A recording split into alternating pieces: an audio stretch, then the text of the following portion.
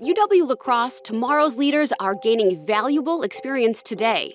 Through research and experiential learning, students receive hands-on opportunities they won't find anywhere else. It's why so many UWL students go on to successful careers.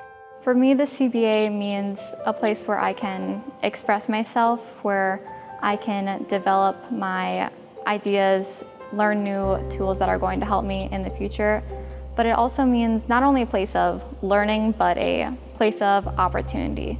At UWL, it's not enough for students to learn by listening. They also learn by doing, whether that means digging up artifacts, reading to children, or helping businesses tackle key issues.